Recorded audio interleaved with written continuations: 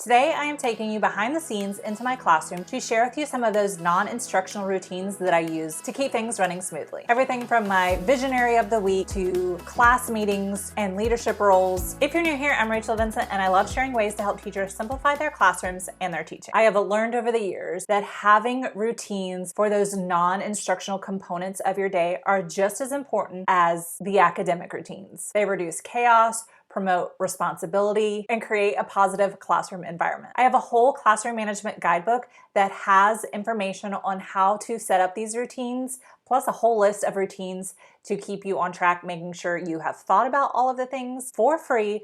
All I need is your email. I will put a link for that below. Let's head into the classroom and I'll show you my routines. Hello, welcome to my classroom. I apologize for the jump scare between the long hair and the short hair. I filmed the outro and intro before I got my haircut last week, and now I'm filming the middle part of this video with a haircut. And I also apologize for the sniffle and the cold.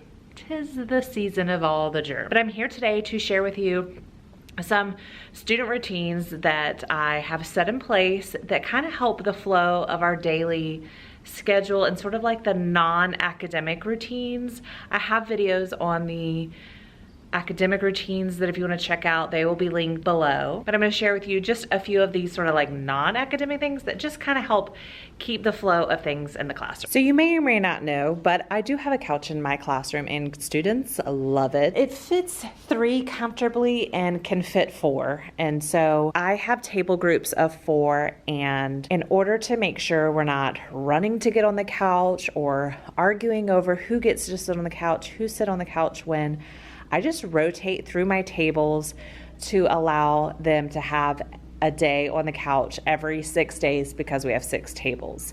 And the easiest way to keep up with that for me is to have a little chart. So I just simply have a little couch rotation chart, and then this clip, it's actually a magnetic clothespin that just moves down the chart.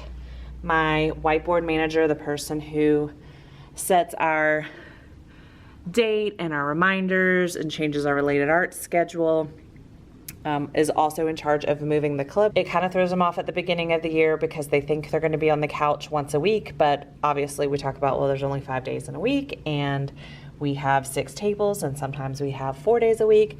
But if you don't get it one week, you're definitely going to have it the next week. Also, if you've been around any length of time, you know that I have a class job for every student. We call them leadership roles here at our school. So another job I have is my table leader, and that person at each table is responsible for honestly anything. They make sure that if somebody's absent, their chair gets stacked at the end of the day. They are the one who gets the wipe to wipe down their tables to make sure they're clean at the end of the day. If we need to get privacy folders out for a test or assessment, they go get them. If I need them to turn in papers, they give it all to their table leaders. I even do things like table leaders check to make sure your students have their lanyards on before we go to lunch, or table leaders make sure everybody put their name on their paper. Just simple things where there's one person. They do get paid extra. If you're curious how I run class jobs, our leadership roles, they do get paid dojo points that we spend in our class store. I have full detailed videos about that I will also link below. So if you want more details about our leadership roles, they really run our classroom. They're also the ones that kind of do some of the routines, like making sure our lunch choices are set up each day, making sure the whiteboard gets updated, making sure the trash gets taken care of at the end of the day. Like all those student routines that takes it off my shoulders, puts it on them, and helps them to take care of our classroom. So the next thing that really keeps our routines is also having a routine for our morning meeting time. We call it SEAL time, that's our mascot, but essentially it's just morning meeting. So this is kind of Mission Monday is something from our school, but we actually read our mission statement every day. Actually, I could show you that too. Every morning, one of our class jobs is to do our morning affirmations, which involves them reading our class mission statement, and then we go through our positive affirmations and they lead it, and we have motions that go with it, and we say these every day to start our day. So we do our mission statement daily, but usually on Mondays we also do a Leader in Me lesson because we're a Leader in Me school. We are also encouraged to use the lessons, and they're very much SEL lessons. So you can find resources for all that. Like this week's been all about regulating our emotions and doing different breathing techniques. I actually really enjoy the Leader in Me lessons. They're really good. So on Tuesday, we do Team Building Tuesday, and I have tons of videos with different ideas, but to kind of help keep track, because I've been doing it for so long, I just have this document that just lists all the games that we play, and I've just check off the ones like this week we just did the boom clap. This is by far students' favorite day of the week, the Team Building Tuesday, where we play a fun game, but the focus is on cooperation, being okay when we don't win. There's not always a prize when you win, those kinds of things. Wednesdays, it's school-wide, we do what's called WIG Wednesday. WIG is a Leader in Me term. It just means wildly important goal, which are our math facts, and students take multiplication quizzes every Wednesday. Thursday is Team Up Thursday, where we go to our kindergarten buddies, but if we don't go, we will do a Leader in Me lesson if we need to. And then Monday and Thursdays, depending on if we're not going to our kindergarten buddies, are days that I can do other things that might need to come up. Sometimes it's, our class is really struggling with this. We need to have that kind of SEL lesson. Or like tomorrow, we're going to be looking at our benchmark data from the first quarter. So we're going to spend our SEL time doing things like that. So I kind of like having these as buffers if I need them. And then Friday's our class meeting, which is probably my students' second favorite time of the week. And then if we have time, we'll do the first 5 Friday. This is really great if you need some sort of SEL. If you don't have Leader in Me, you can sign up for free, and it has like just a fun meme, some questions you can talk about, a greeting you can do, sort of a quick check-in, a self-care. Sometimes they have breathing, mindfulness activities. A lot of times I have quotes and videos, and then sometimes a little brain game. So that's always fun to do a lot of teachers, I think, do some of these daily. But our class meeting consists of, we always start our class meeting with what we call kudos and celebrations. What things are you wanting us to know about that's going well in your life, that's celebrating, that you're looking forward to, that you're excited about? And then we have our questions and concerns time. This is when they can ask any kinds of questions, class events coming up. We can bring up concerns. We've talked about our students weren't being honest with parents and their homework. So we had sort of a class conversation. It was a concern we talked about, or they were leaving our class library very messy. And so we brought it up during our class meeting to talk about. And then we share our visionary of the week. This is another non-academic routine that I was going to share with you.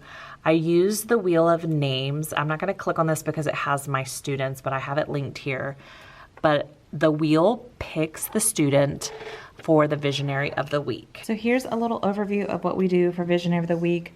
Number 1 is the student gets to be our line leader all week, and then when we line up by choice for lunch, they will get to go first. Their choice will be lined up first. On Monday, they get a visionary of the week paper to share with the class all about them. We hang it on the board all week long to learn about our visionary of the week. On Tuesday, they have show and tell, where they can bring in 3 items for show and tell. On Wednesday, they get a special chair to sit in. I've done rolly chairs, like chairs with wheels in the past. The past 2 years, I have wobble stools up there that they get to sit at for that day. Thursday, I think parents and the class loves. The student is always worried that it's going to be like the parents are going to embarrass them, but the parent will send in a letter or email me a letter or a poem and just write wonderful things about their students. It's always neat to get the parents' perspective on things. And then Friday, the class will, for morning work that morning, write a little paper for them. They put the visionary as a name and they describe them with words. I do put a word bank on the board to kind of help them brainstorm ideas. So instead of just getting nice and kind every week, we get some other words. And then they write a sentence or two about the visionary. While the rest of the class is filling this out, the visionary of the week gets to have free time on their Chromebook that morning for morning work. And then I also fill one of these out and then collect them all and give them back their paper and then give them a little certificate. I have all of these resources available in my Student of the Week resource on TPT. I'll put that down in the links below. Honestly, it hasn't been updated in a while. It has all this stuff in it, but I do plan on doing kind of like an overhaul of that product. It's at the top of my list to sort of kind of make sure that that resource, that product has everything it needs. So if you want to go ahead and get this and then future updates for free, you can grab that now. I'll link it down below. Another thing that I started this year is having a to-do list for our pack-up time, just to sort of guide students through when they should be doing what. It's, I guess, just a visual of what to do. And then after everybody's packed up and we're all sitting in our seats waiting to dismiss, we go through our afternoon affirmations. So we end the day with breathing. This part honestly helps calm the chatter that has inevitably started and just sort of helps us to end our day in a calm way. And then we give shout outs and gratitude each day for different things that went well. We also talk like if they want to celebrate like getting 100 on a test or finally passing their wig goal, or a lot of boys are like, I got a touchdown at recess. And then we reflect on our class goals, which I will show you what we use for our class goals in a minute. We started the year by having just one goal, and then our goals sort of just became the same thing over and over again. So we kind of focus on all of them. And then we have a few reminders, and then we finish our day with our afternoon affirmations. So these are the goals we do for our daily. We talk about if they had quality work, how our transitions were, our independent work time, our hallway and line, voice level 0, and a clean room. And if we get all of those, they get an extra star in our jar, which we do for mostly related arts. Any resources or videos that I mentioned will all be linked in the description, so you can check those out and get more details about a lot of this stuff and see how I use it in more detail, because this is sort of a quick overview. If you're curious of my instructional routines, especially for ELA and math, check out the video that's on your screen now.